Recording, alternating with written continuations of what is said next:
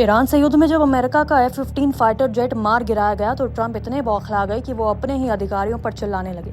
कई घंटों तक वो अधिकारियों पर बरसते रहे। अंदर खाने ये तक कहा गया कि उनका व्यवहार इतना अस्थिर था कि उन्हें युद्ध से जुड़ी सबसे अहम बैठकों, यहाँ तक कि सिचुएशन रूम से भी दूर रखा गया।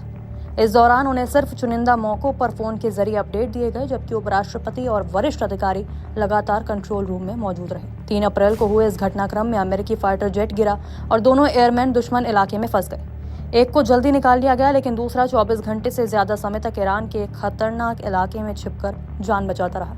इसी बीच वॉशिंगटन में बेचैनी बढ़ गई, यानी अपने देश के लिए फैसले लेने वाला नेता उस वक्त टेबल पर मौजूद ही नहीं था। बताया जाता है कि ट्रंप को 1979 के राष्ट्रपति जिमी कार्टर के ईरानी बंधक संकट की याद सता रही थी, जब अमेरिकी राष्ट्रपति जिम कार्टर ईरान में फंसे नागरिकों को बचाने में नाकाम रहे थे और उनकी सत्ता चली गई थी। यही डर ट्रंप के रवैये में साफ झलक रहा था। इसी बीच दूसरे पायलट को बचाने के लिए CIA ने बड़ा दांव खेला। फर्जी सूचना फैलाई गई कि पायलट मिल चुका है ताकि ईरान गुमराह हो जाए। आखिरकार घंटों के ऑपरेशन के बाद पायलट को सुरक्षित निकाल लिया गया। जैसे ही मिशन सफल हुआ, ट्रंप ने सोशल मीडिया पर इसका श्रेय ले लिया।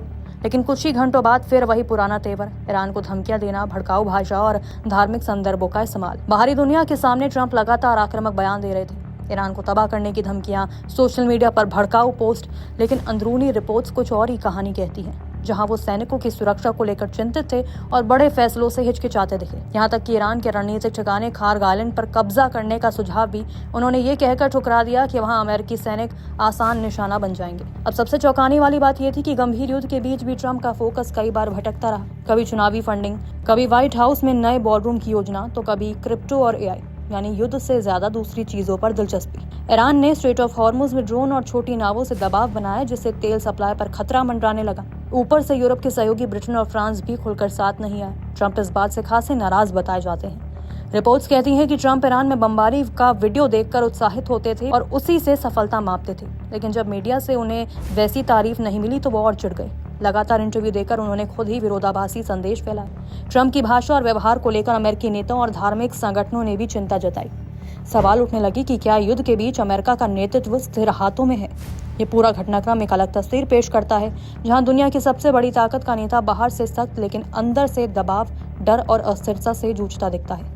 सैन्य विशेषज्ञ मानते हैं कि किसी भी युद्ध में नेतृत्व की मानसिक मजबूती सबसे ज्यादा अहम होती है, लेकिन इस केस में फैसलों से दूरी, भावनात्मक प्रतिक्रिया और रणनीतिक असमंजस, तीनों ने कई सवाल खड़े कर दिए हैं।